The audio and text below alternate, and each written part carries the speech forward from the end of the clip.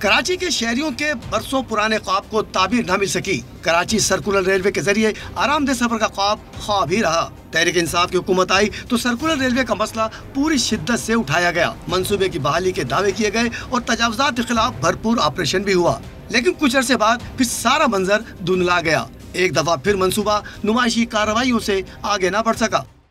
دور دور تک کام کا پتہ نہیں ہے، یہ خالی زبانی جمع خرچ ہے۔ جنہوں نے اپنا کام کرنا تھا، اکھاڑنا پچھاڑنا تھا، وہ کر دیا، اور ابھی بھی بہت جیسی جگہ جو ہے اکھاڑ پچھاڑ باقی ہے، لیکن کام نہیں ہو رہا۔ لوگوں کے آرام کا کوئی خیال نہیں ہے، کتنی ٹریفک جام ہے، لوگ بس چھتوں پر سفر کر رہے ہیں بسوں کے، اور بسیں بھی بیچاروں کی حالت نازک ہے۔ یہ ٹرین چل جائے گی تو لوگوں کا فائدہ ہوگا۔ سندھ حکومت کا دعویٰ ہے کہ سرکولر ریلوے کی بحالی پر کام رکا نہیں، جاری ہے، اور 1 ماہ میں اس کا باقاعدہ آغاز بھی ہو جائے گا۔ صرف یہ جو چینجنگ ہوئی ہے کہ نواز شریف کے بعد نیا پرائم منسٹر آیا، اس میں تھوڑی ڈیلے ہو گئی۔ اب اس نے بھی مان لیا ہے الحمدللہ کہ یہ آئے۔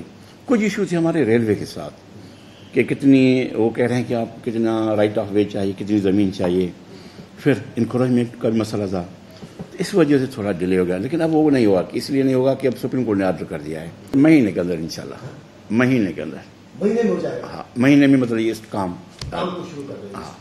1999 کے بعد سرکولر ریلوے کی بحالی کے لیے بنائے جانے والے منصوبے فائلوں تک ہی محدود رہے۔ امید پر دنیا قائم ہے، شہری اب بھی خوشخبری کے منتظر ہیں۔ کیمرامین فقیرہ بندو کلیانی کے ساتھ شاہد غزالی، ڈان نیوز، کراچی۔